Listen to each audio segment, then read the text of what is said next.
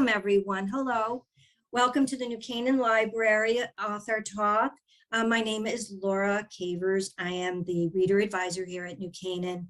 And tonight, we are very happy to have Amelia Pang.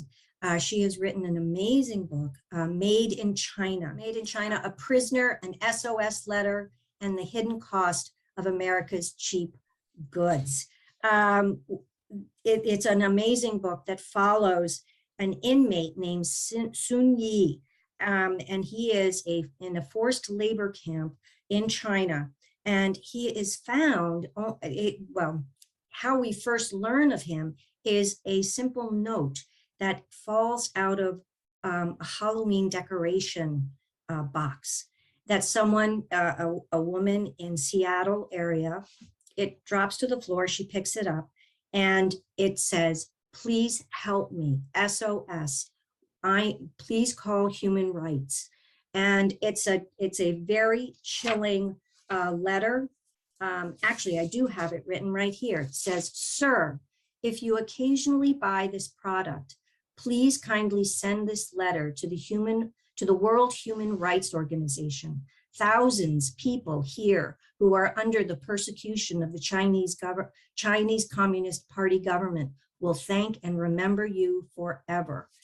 And when this woman found this, she brought it to the authorities. And Amelia has created a book finding him, or just sort of his whole story. And I want to welcome Amelia Pang. Thank you for being with us. Thank you so much for having me, and thank you all for listening. I think that one thing that I remember when I read the book, and for anyone I think who I've talked with, it's startling because it's something that is sort of always in the news, human rights, that we're always trying to, President Biden, presidents before say to China, you have human rights issues here. But this book really talks about consumerism and what's happening in China. And so this practice of forced labor, it's something that, first you hear about prisoners, but now you all of a sudden are hearing about forced labor. And I just am wondering, the investigation that you had done, was it a very dangerous assignment for you to investigate this? I did go to China to visit labor camps and follow the trucks that left the camps to see which suppliers they're working with. But as an American citizen, as someone who was born in the US and grew up in the US, it was much less dangerous for me to do this type of work compared to someone who is a Chinese national. But yeah, to your point where you said, this is a book about consumerism, and I just want people to know that this is not just about an issue on the other side of the world. This is about our connection to it. The book actually opens in October 2012 when an American suburban mom named Julie Keith with 2 small kids was looking for Halloween decorations in her storage shed. She came across this unopened package of decorative styrofoam gravestones that someone had gifted her 2 years ago. It was one of those impulse purchases from Kmart. It was on bargain sale after Halloween, just so incredibly cheap, too cheap to pass off. But no one actually had a need for it. Julie didn't have a need for it. It sat in her storage shed for 2 years before she remembered to open it. And when she finally did, she was shocked to find an SOS letter waiting for her. It was written by the forced laborer who had made and packaged this very product. In a labor camp, the letter, like you said, talked about how he was tortured, he was starved, and he and the other forced laborers were working 15 hours a day, 7 days a week. They were paid less than $2 a month for their work. And he was one of millions of forced laborers in China, manufacturing all kinds of products for the world. So the book tries to tell try to put a human face behind these forced laborers, and also look into how do the products that they make in these gruesome facilities end up slipping into our supply chain and selling in stores in a Kmart in Portland, Oregon. Mm-hmm. Well, the other thing I found surprising also, when the note fell to the floor, I was thinking this was just an individual person that was had the guts to, and also enough English to be able to write something like this. But you were finding that there were lots of these letters, these little SOS notes going all over. Talk about that a little bit. Right. Unfortunately, this was not the first or last SOS letter of this kind to be found by a global consumer. The first one that was actually widely publicized happened in the 90s. It was written by a man named Chimpo Kong. He was a democracy activist, a pro-democracy activist in southern China, who was taking part in the Tiananmen Square protests. He was a pretty leading democracy activist, and he ended up getting sent to a labor camp for his democracy activism. And it was a very grueling conditions. He saw a lot of people die, and he felt that this was his only chance to get the word out. He didn't know how much longer he had to live, and so he snuck an SOS letter out, and it was passed along to a human rights activist outside of China named Harry Wu, who got it publicized. And, it caused a stir and at the time. If you Google Chimpo Kong or Harry Wu SOS letter, you will probably see a lot of news articles about it. There were even congressional hearings about it. Nancy Pelosi at the time made a statement about it. It was really widely publicized, but then it just kind of gotten forgotten. So many of these SOS letters, it makes headlines, and then we rarely find out what actually happened to these people. How did they get into these camps, and what's the system and its connection to us? Do you have a portion of the book you'd like to read to us? Is this a good time to do that? Sure. This scene actually is in the camp where Sun Yi was, the author of the SOS letter was in. Sun Yi lay on a stretcher in a barren white room. His mouth was parched. A steel gag had kept it pried open for more than 24 hours. Soon, a 42-year-old man with pensive eyes in a small frame listened for noises in the hallway. Silence. The other detainees, who worked 15 to 20 hours shifts, were downstairs laboring in workshops where they produced diodes, Halloween decorations, and disposable underwear, all of which were exported from China to the United States and Europe. Soon looked around. His vision was blurry without his glasses. He strained to focus on the 3 iron bunk beds where other prisoners were sometimes chained and starved. He heard a metallic click. Someone was unlocking the door. The noise startled Soon, and his body jerked, causing the cuffs around his wrists and ankles to dig deeper into his skin. So And go ahead, I'm sorry. These detainees are frequently tortured. That's a very common part of the experience of being in a camp like this. And, some of the torture was with electric shocks. Some of the torture was, simply just simple horseradish and chili, but literally ground into their eyes, and just awful, hanging them by their wrists. And it's a hard thing to read, and that this is something, how long has this practice of forced labor in China been going on? It's being disguised as prison time. They call it prison time, or re-education camps, in a sense. How long has the Chinese government been doing something like this? Ever since the Chinese Communist Party took over in the 40s, these were based off of Soviet gulags. They kept their prisoners and political enemies alive because they were used for forced labor for the Chinese economy. And they've really evolved.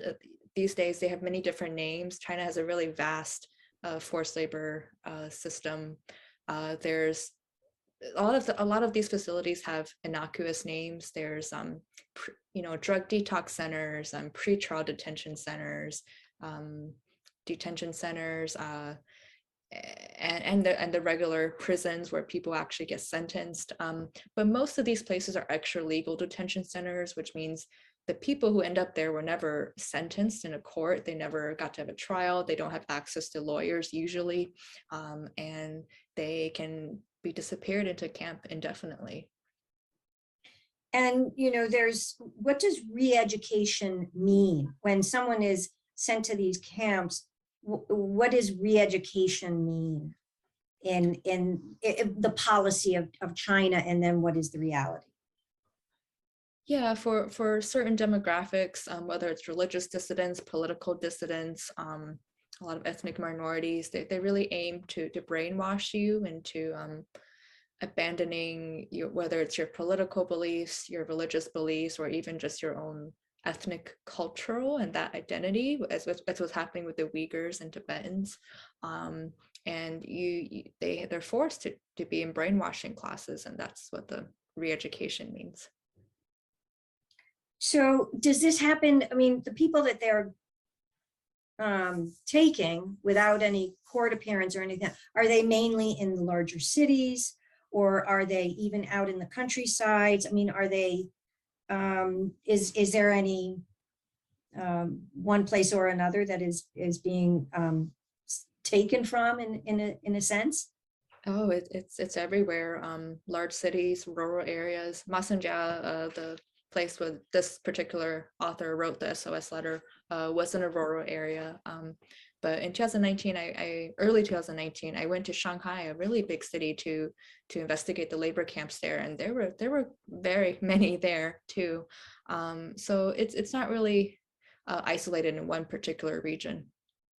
But I will say the Uyghur region is one area with a very, very high risk of forced labor. It's such a high risk that a company cannot conduct an independent audit there.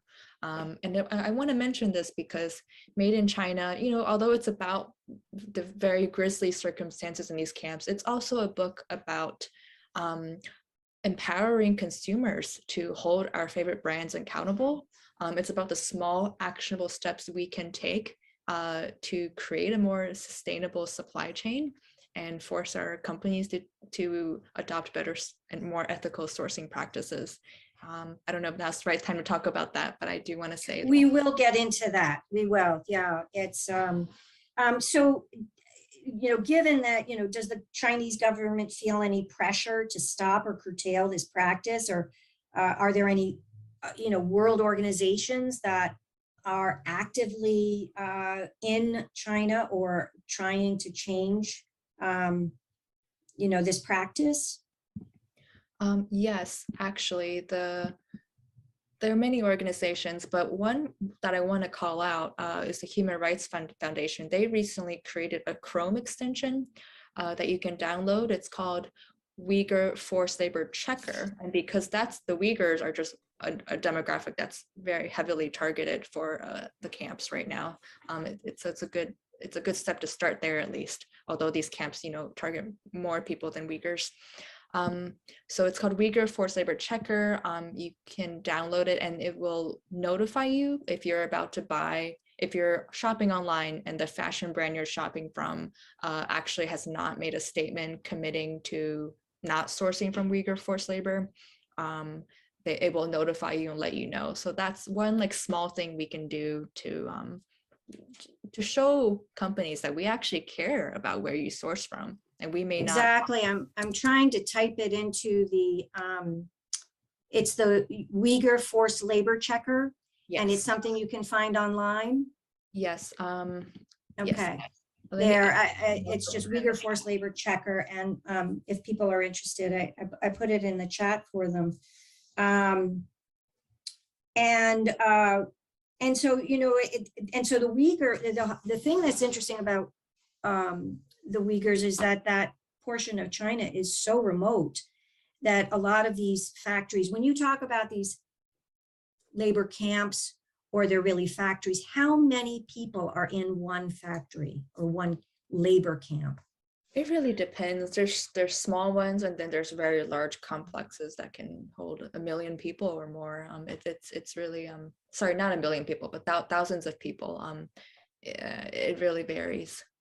Okay, because the other thing that's interesting is, as much as we're trying to trying to get China to change human rights issues within their own country, there's also, they have to adhere to an emissions a lowering of emissions. And if these factories are ghost kind of factories, not seen, not able to be accounted for, that means that also all the carbon that they're throwing into the atmosphere is also not getting counted. Is that something that's difficult?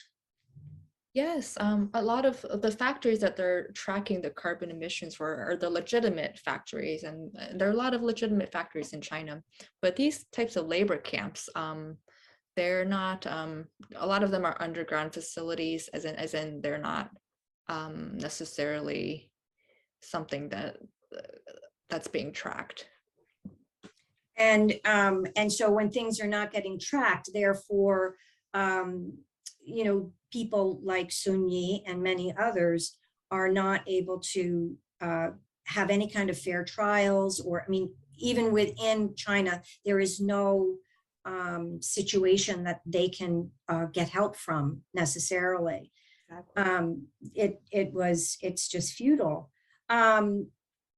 So in Sun Yi's situation, which is particularly, I mean, I considered it just awful, some of his treatment. Is this typical of the prisoners or the detainees or the camp members? It's pretty typical across the camps. And I'm saddened to say that since the book came out, the situation has actually gotten worse. In the Uyghur women's camps, you're seeing very rampant sexual violence, and the women are sometimes even being sold as sex slaves, it looks like, according to accounts from survivors. So no, it's a pretty disturbing circumstance to find yourself in. And all of this is for cheap labor. All of this forced labor camps is for cheap labor to make cheap consumer goods. That is kind of the bottom line there. And I don't know if I'm pronouncing the word correctly. Logai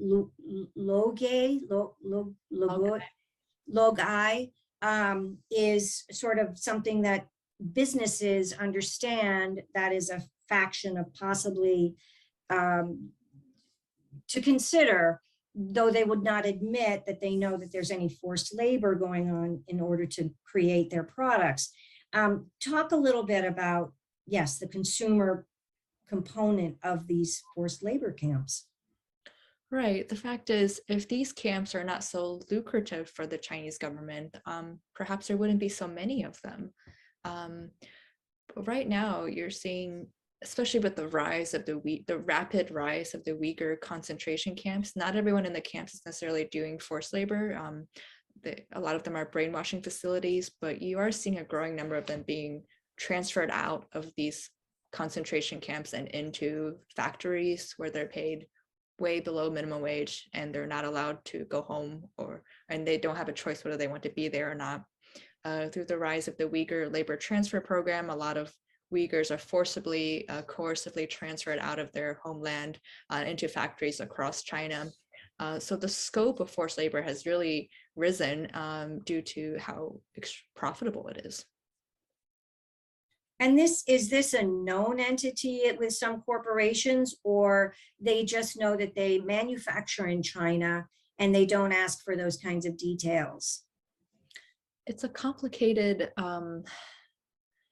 scenario. You see that a lot of the way that our corporations are currently conducting audits of their factories, it's not really designed to detect forced labor in the supply chain. It can be designed to detect forced labor, but there isn't any kind of regulation or requirement for them to do better audits. So a lot of time it just gets missed and under the radar when a factory ends up secretly subcontracting to a forced labor camp, or even using prisoners from the forced labor camp. One well-known example is Nike. They're actually their largest supplier, the Taekwon factory in China, has been their largest supplier for years. They make, I believe, 8 million pairs of Nike shoes a year or something like that. The Washington Post did a great feature on this. And it was discovered that this particular factory was partnering with the Chinese government to forcibly transfer Uyghurs out of their homeland and into these factories where they underwent brainwashing and essentially forced labor. This particular factory built a re-education night school where the Uyghurs must attend political education classes, patriotic classes, and Chinese language learning classes to encourage them to abandon their Uyghur ethnic identity. And so Nike was sourcing a significant portion of their shoes from this particular factory. And when the news broke, the Australian Strategic Policy Institute actually broke the news in early 2020, I want to say March 2020. And they had a lot of hard evidence, including Chinese state media reports documenting this factory's opening of a re-education night school for Uyghurs and how the Uyghurs were transferred from Xinjiang to work in these factories. And the Washington Post also did a follow-up and found the locals told them that the Uyghurs were not really there on their own free will. They were brought there. Despite all the evidence that this is a very coercive labor transfer program, the school that they go to very closely resembles the brainwashing courses in the camps, the concentration camps. Despite that, this supplier today continues to be a major supplier for Nike. All Nike said was they conducted an additional audit and they don't believe any Uyghurs are still working there.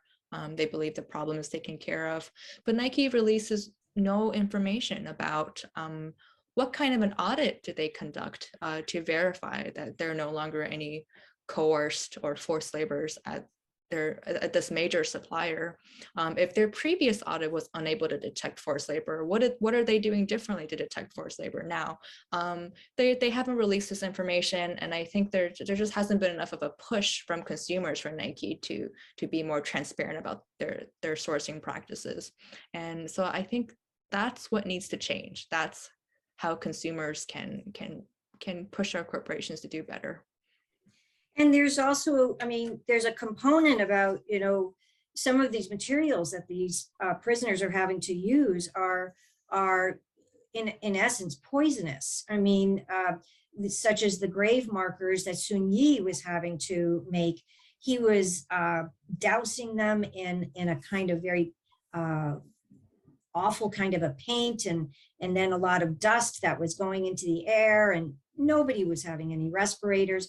His hands were getting very blistered from whatever it was he was touching, and it's not just what he was making. Those were just the grave markers that we, it's horrible. We just go in and buy them, for maybe $10 for a pack of 2 or something, or maybe even less than that, just to decorate outside our home.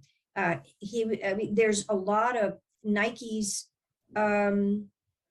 I guess some of their the gum or whatever is the adhesive was also very caustic to the prisoners, and it's also what they are having to handle. I mean, what are some other conditions that are just terrible?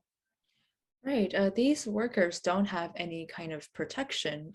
They're just kind of there to produce as many products as fast as possible. Yes, yeah, like you said, they have to work with a lot of very toxic materials. They have to breathe in toxic fumes, and they don't have any protective gear as they're doing their work, and they're exposed to these materials for 15 hours a day, sometimes 20 hours a day, and in rare cases when there's a huge supply demand, even people have said that they've had to stay up 24 hours a day just making the products, otherwise they would be tortured. It's very, very dangerous working conditions. People are frequently injured on the job, and at the end of the day, that's the price of our extremely cheap goods, or even sometimes expensive goods that haven't undergone the proper auditing process. And you mentioned, some other corporations. One of them Many of them are fashion industry, the quick, what do they call them? Fast fashion or quick fashion, things that are not, made, they're to be made cheaply so many can afford. And, but H&M, you mentioned H&M, which, that's a very popular clothing apparel company that I have certainly frequented, and my daughter, when she was younger, certainly frequented. And I was so surprised to see you list American Girl dolls. Those are not cheap, and yet they're being made there. I mean, I'm not sure what portion of them is being made there, but their corporation is there. When you talk with some of because you talked to some of the business leaders, the labor, the people managers of these companies, what did they say to you when you asked them, do you know if there's any forced labor practices in making the products? They brush it off. They say we conducted a very good audit, and based on our audits, there's no evidence that forced labor is in our supply chain.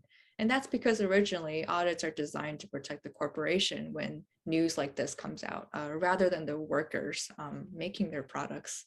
And that's why I think an important part of the solution is to actually push our companies, and maybe even create some legislation to push our companies to be more transparent about the quality of the audits, the way that they're auditing their suppliers around the world.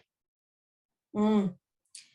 You talked a bit, and I didn't quite understand the Belt and Road Initiative, which is something that I guess was agreed upon by many nations, or was it a corporate? I'm not sure what it is. Can you explain what the Belt and Road Initiative is? Right. I mentioned that because you've probably all heard recently about the disturbing rise of the Uyghur concentration camps, and these camps rose around the same time the Belt and Road Initiative did. The Belt and Road Initiative is $1 trillion economic development strategy for China. It connects China to the Middle East. It connects China to West Asia and Europe, and they kind of form these China-funded bridges and 5G networks. And China is basically, in simple terms, China has invested a lot of money in this particular policy. And the Uyghur region, also known as Xinjiang, is a key part, is one key part of the Belt and Road Initiative, because that region geographically connects China to the Middle East and Central Asia. So the Chinese government is very afraid of an uprising in the region due to past ill treatments of the Uyghur people. So the Chinese government decided to increase the surveillance and arrests there around the same time that money was pouring into this economic plan. Wow. So what I found even more chilling actually, I wanted to bring up, so just to let everyone know, Sun Yi does get out. And so we find out, and you find out how he was writing his letters out. And it's like an espionage, thriller. Can tell a little bit about he having to write those letters in secret, and then a very important letter of his was found and destroyed, but because he was not supposed to have any kind of writing in his cubicle. So talk a bit about Sun Yi and his letter writing, when he started to write the letters. Right. Sun Yi, he was terrified. He and other prisoners, they wanted to write an SOS letter like this and get it out to the world and get help for them. But they were so scared of getting caught because they were going to be severely tortured and punished for writing these letters. But he just felt there was a moral push. He felt a moral impulse to tell the world what was happening in these camps and to prove that they were actually manufacturing these goods for export to other countries. And so even though he was getting very little sleep, he stayed up to very late hours of the night to write these letters. His English wasn't great, so it's in broken English, and he actually wrote a copy and started copying from it so that he could write faster. And against all odds, he got other detainees to join him in this letter writing initiative so that it was a numbers game for them. The more letters they can sneak into these products, the higher chance that someone would be able to find it and publicize it. And out of all the letters they wrote, only one actually got found and publicized. So it just shows how hard it is for prisoners in these places to get their message out, and the risk that they took to get it out, because towards the end, one letter was actually found by one of the other prisoners, and he was pretty severely tortured, unfortunately, for the risk that he took to write this letter. And that's the cost of getting the news out. And also, I remember in the book, everything was so tightly controlled, everything, even their movements, where they were walking, that to slip a letter into a package that's just about to be sealed, it was a very risky thing, because guards were around, and just I remember that was just so, I was on pins and needles for that, what they had to do. So now there's also another very chilling aspect of these camps, and that is organ harvesting. And there was a woman who, one of the detainees, she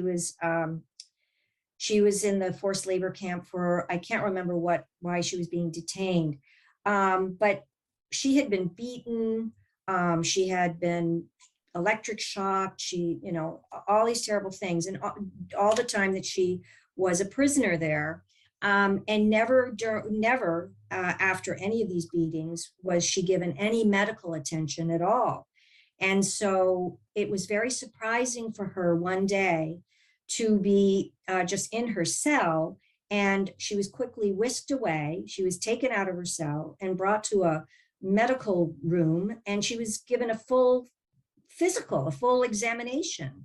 Her blood was drawn, her eyes were checked, all these things, and she had no idea why this was happening.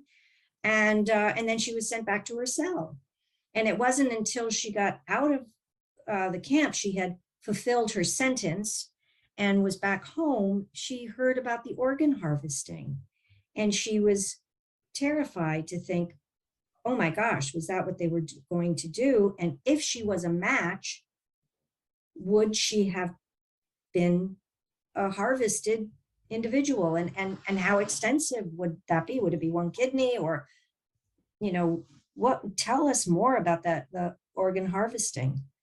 Right. If she had been a match, it's very likely she would have been executed and her organs would have been sold.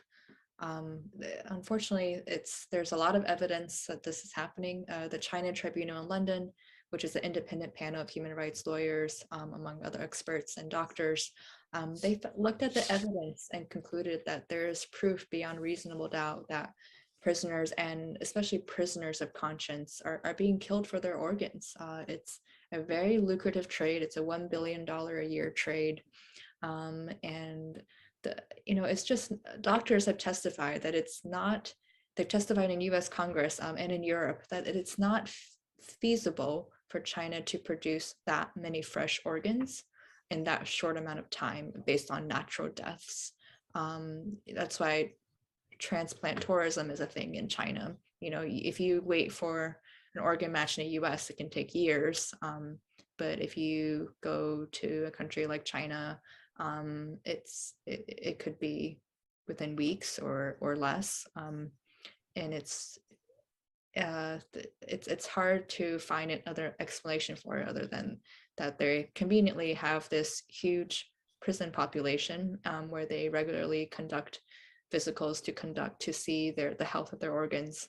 And unfortunately, when there is a match, they are killed and their organs are sold.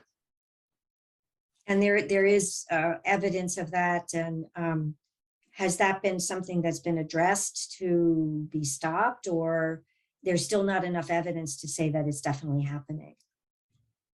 I think slowly there's been more progress as more people testify around the world. The book isn't super focused on that. My research focused more on the camps, the expansion of the camps, and how these products end up selling in our stores. And so another thing to bring up is that during all of this, Sun Yi was married, and his wife, who she was sort of pressured by her family to divorce him while he was in the prison, because he was a member of the Falun Gong, and she though was not a member of the Falun Gong necessarily, but his friends were, and so she was being sort of bothered, not maltreated, but she was being bothered, and she was feeling frightened, but when he got out, it was such a difficult rematch of the two of them, because Sun Yi does finish his time as a prisoner, and he is just let out. No, I don't think anyone was told from his family that he was being let out. He had to just find his way back to his home and to his wife. Talk a little bit about what life was like for Sun Yi after he left the prison. Great. I'm glad you brought up his marriage, because I wanted to show on a personal human level who these detainees were as human beings, who these people, invisible people are who are making our cheap goods. He had a wife who he had been in love. He had met his wife when they were in college, and they fell madly in love, and they really wanted to be together, but based on certain circumstances in their life, it looked like there were some challenges, and they had this epic love story where they had to overcome so many hurdles just to be together. And when they finally got married and they were able to move to Beijing, they had so much going for them. They wanted to have children, they wanted to grow old together. They had all these plans. They wanted to travel the world. It was 20 years, wasn't it? He was in Yeah, prison for 20 years, oh, soon after his marriage. it's many years. He in the late 90s, he got involved with the Falun Gong group, which was pretty active in some pro-democracy organizing in China. After they got banned, they've led some, they've created some very large underground resistance networks where they pass uncensored information to Chinese people. They bring in news from the outside, and so they're kind of a big threat to the Chinese government. A lot of these people end up in labor camps, as well as other political dissidents, and that's the price of wanting to create a freer China, of wanting to have a source of uncensored news. And they had to live apart once they were together after the prison time. They had to live apart because of what was the reason that they had to move apart again? I'm missing that part of the story, or not story, in your book. Yeah, one way that the Chinese government kind of coerces people into not taking part in any kind of dissident activities is to threaten their family members. So a lot of political dissidents in China, their family will just renounce them, and they will have to get divorced from their spouses and partners. And if not, then they will bring grave danger to their family. So they had to, even though they loved each other very much, they had to, on the surface, appear separated to keep his life safe. I wanted to just say that, this book has changed my whole view. When I go into stores now, I'm checking in ways that I never used to. And I don't know really how to do it correctly, how to go into a store and say, is everything that is made in China something I just can't purchase, or do I just stay away from things that are maybe on the cheaper side and just go ahead and buy the more expensive item of that, it's just, I don't want to contribute anymore to what is happening to these prisoners. How do I go into a store now? I even was in a secondhand store, and I saw beautiful things, but I thought, I don't know if I should buy this. It's difficult. Is there guidance for anyone who finishes reading this book? Is there guidance on how we can go into a store and buy correctly, buy kindly? That's the $1,000,000 question. I don't know if there's a way to 100% buy correctly, as you say, or to 100% avoid any kind of forced labor or unethical conduct in the supply chain, in the creation of your products. But I think there's actually a lot of things that the average consumer can do to push our companies to start taking that step to do better in the way they source from factories. One way, like we said earlier, is to download that particular Chrome browser that was it?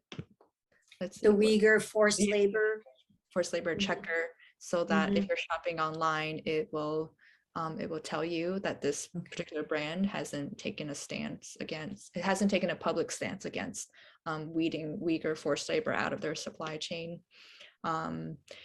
That's one small thing we can all start from.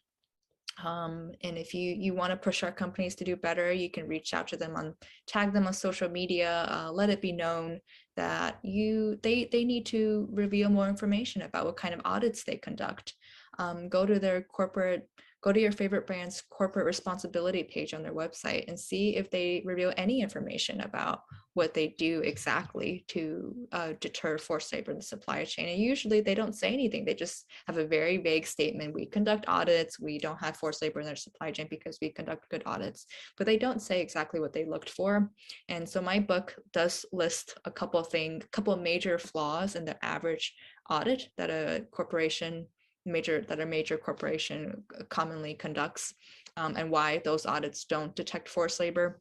And you can go to your favorite brand's website and check to see if any of them are conducting audits that look for those things. And if they don't reveal this information, ask them to. Tell them, if you're not hiding anything, show us how strong your audits are. Show us what exactly you're doing to make sure you're not sourcing from people in a deadly labor camp. Since your book has come out, have you heard back from people or seen a shift in a perspective, or even seen more activity within our governments to do more? Yes, there's definitely been a shift on a consumer level and also on a policy level. The Uyghur Forced Labor Prevention Act was recently passed, and that's a pretty big deal because it bans anything made, not just one particular type of product or one particular material, but anything that was made in Xinjiang or the Uyghur region from coming into the US. And that's the first legislation of its kind. The US has never banned any one particular region from importing one particular region in China from exporting goods to the US. And that's a big deal because like we talked about earlier, the Uyghur region is a key part of China's $1 trillion economic development strategy, the Belt and Road Initiative. And this ban hurts China's bottom line. And it's bans like these, if more countries can start coordinating and forming alliances and doing similar bans, then financial pushback is, at the end of the day, very powerful. Before we move to questions from the audience, I wanted to bring up one. It was a small little detail that you got a wonderful interview with a guard who had been a guard in Sun Yi's area, in Sun Yi's cell area, and he remembered Sun Yi, and he was actually he was really quite remorseful about what had happened to him in the labor camps. Do you want to talk a little bit? Just it's a small little part of the book, but it just really got to me because Sun Yi was trying so hard to make people see, and at least he got that one guard to see uh, what was wrong. Right. These guards had to either torture him or, whether inactively participate in the torture by being there and guarding him, making sure he stayed in these terrible cells. And this scene actually was taken from Letters from Masanja, the documentary. Sun Yi filmed a lot of his experiences after he left the camp and eventually turned that into a documentary. So if you want to learn more about him, you can check that out. But it's a very powerful scene from the documentary where he ends up reconnecting with one of the guards who had overseen his torture. And it's an emotional scene because the guard feels very bad about what happened. And in some ways it was against his will. He would have gotten in a lot of trouble if he refused to torture the detainees there or refused to do his job at the camp. So in some sense, it's what Hannah Arendt calls the banality of evil, right? He was just kind of a simple guy who had gotten this job, and he had to do it, otherwise he would have gotten into a lot of trouble and his family would have gotten a lot of trouble. And here is this powerful moment where the guard is forced to reconcile with what happened in the camp, with one of the victims, and they have a very powerful emotional exchange that was ultimately centered on reconciliation and forgiveness. And I'm not sure what else to say about it, but yeah, no, it was touching in the book as well. So before I go to questions from the audience, you mentioned the film. There is a film about letters from, how do you use Messenger? Messenger. We have it at the library if you're interested. We also have the book. We have both things at the library if you're interested in reading the book or seeing the film Letters from Masanja.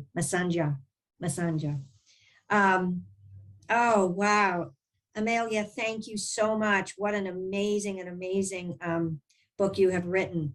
I want to open this up now to questions, and I am going to, let's see. All right. So the first question is, large corporations like Nike have been reported as having their products made with slave labor. We hear about it in the news and then it disappears. Is this because this is so profitable for big corporations driven by Wall Street firms and hedge funds?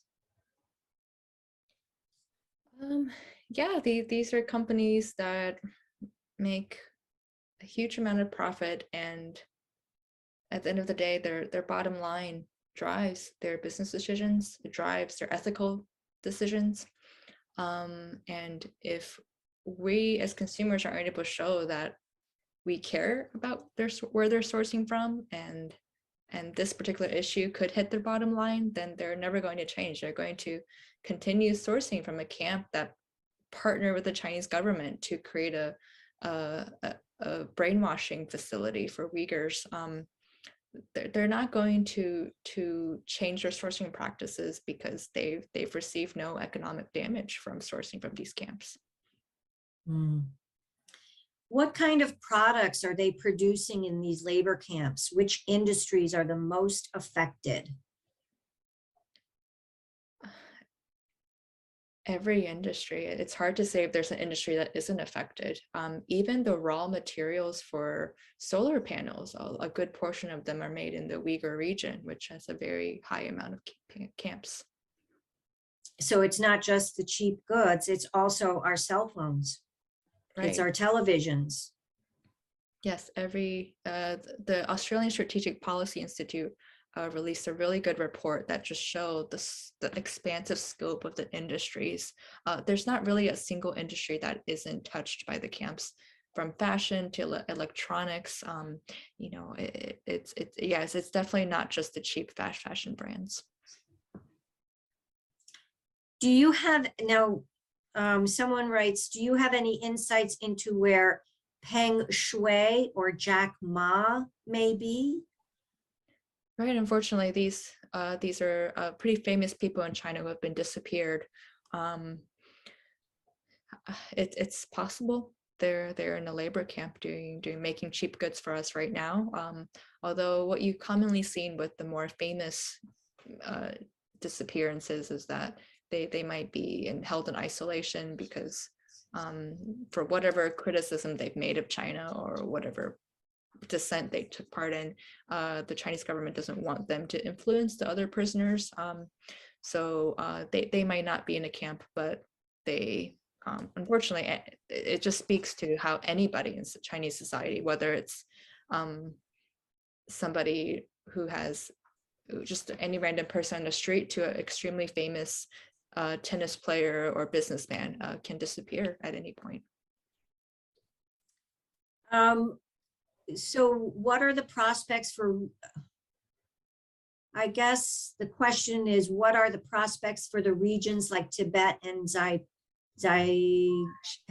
Young, that's where the Uyghurs are. The Uyghurs. Prospects aren't looking good. What you're seeing happening in Tibet right now is a lot of the children are also being separated from their families and forced to attend these patriotic schools where they have to learn Chinese and, gradually forced to renounce and forget about their Tibetan language and heritage. I would say it's different. I don't think there's a huge rise in forced labor camps in Tibet, but the prospects certainly don't look good. Are these workers guaranteed the safe transfer of their earned wages back to their families and or to a dedicated bank account where they can access their monies? I think in most cases, no. In Sunyi's particular case, he earned $2 a month, so there was still some money that he made over the years that he was there, but it all got the camp basically took that money back for expenses, so-called expenses they had to undertake to during his time there, whether it's clothing for him or the medical exams he had to undergo. So he actually didn't take any of that money. As little as it was, he didn't get a penny of that money.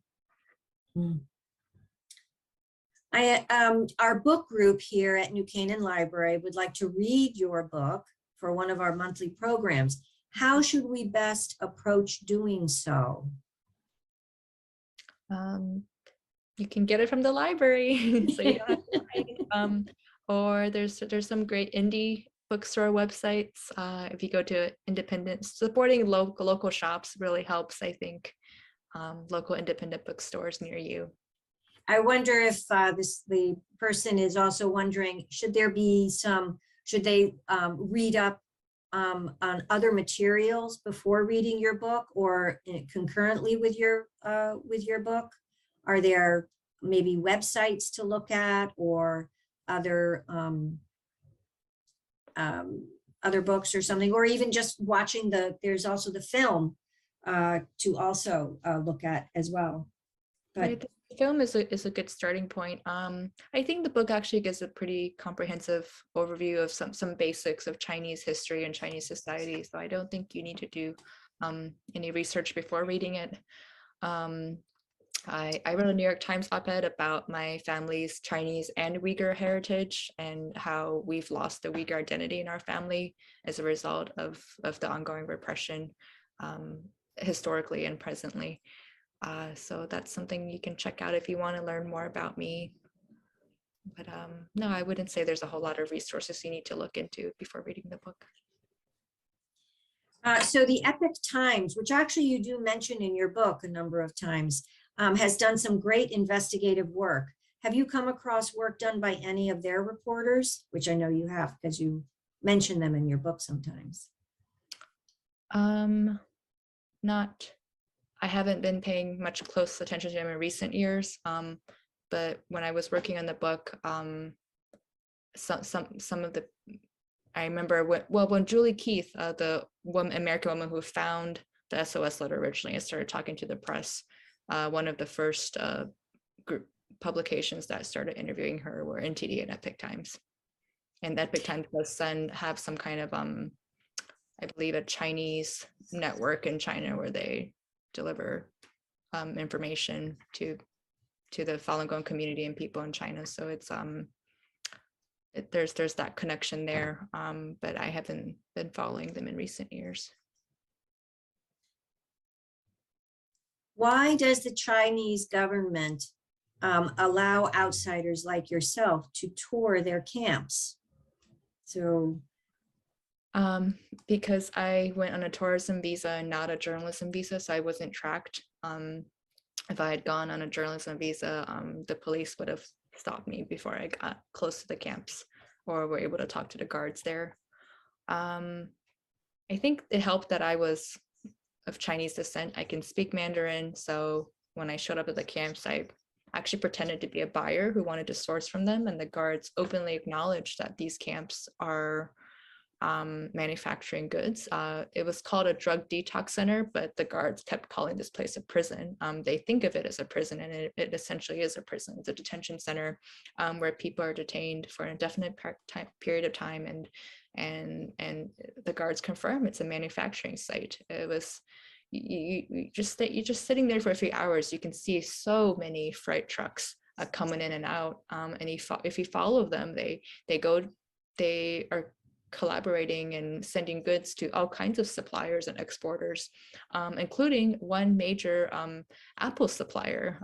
I followed the truck from the camp to the Apple supplier. The address was listed on Apple's official supply chain list. And I watched the camps deliver goods to the supplier. And when I reached out to Apple to ask them, what are you going to do about this? This is what I found. This is the address. This particular supplier was sourcing from this particular forced labor facility. What are you going to do about it? They refused to grant me an on-the-record interview. They didn't tell me anything that showed that they were going to take significant steps to reduce the risk of forced labor from one of their major suppliers. And to this day, I believe that factory, for many years after I told Apple, they still remain on their supply chain. What are the average ages of the workers? It really varies. There's older people. There's even youth detention centers. I actually called a couple of youth detention centers to see if they were willing to sell products to me. I told them I was an exporter. I was working for a foreign company that wanted to buy products from China, and wanted to see if this youth facility would sell products. And they always acknowledge that they do manufacturing work and that they can export the products that are made in these facilities. So the last question of the night, will the book be translated so it could be read in China? I haven't heard anything from publisher about translations, but I'd imagine it'd be pretty difficult, even if we got it translated, to get it read in China. It would be nice if it could be, but is it in other parts of translated into other languages, like in French or German? Do you know if it's been translated to other languages? Just in English, but I'll keep you updated if we get a translation. Okay. Wow, I'm getting so many nice thank yous in the chat. Great work, Amelia. Thank you. I'll be buying the book for book groups. Thank you for bringing this eye-opening reality to our attention. You are very brave, says one of our people. Congratulations. Oh, a new message down here. Another, yes, thank you, and fascinating, and thank you. Really, truly, Amelia, this has been quite this is an eye-opening book. I'm going to be talking about it a lot. I want a lot of book groups to read it. And I thank you so much for writing it. And now that you have a little toddler, you're going to take a break from writing, but we look forward to any more of your investigative work in the future. Thank you so much. Thank you so much, JNU Canaan Library, and to the audience for sticking with us. I appreciate all of your time. Have a good night. Everyone, thank you so much for coming. I will, yes, this is being recorded, so in a few days, we will have this up on our YouTube channel. Thank you everyone for coming, and thank you for all your wonderful questions. Good night, everyone.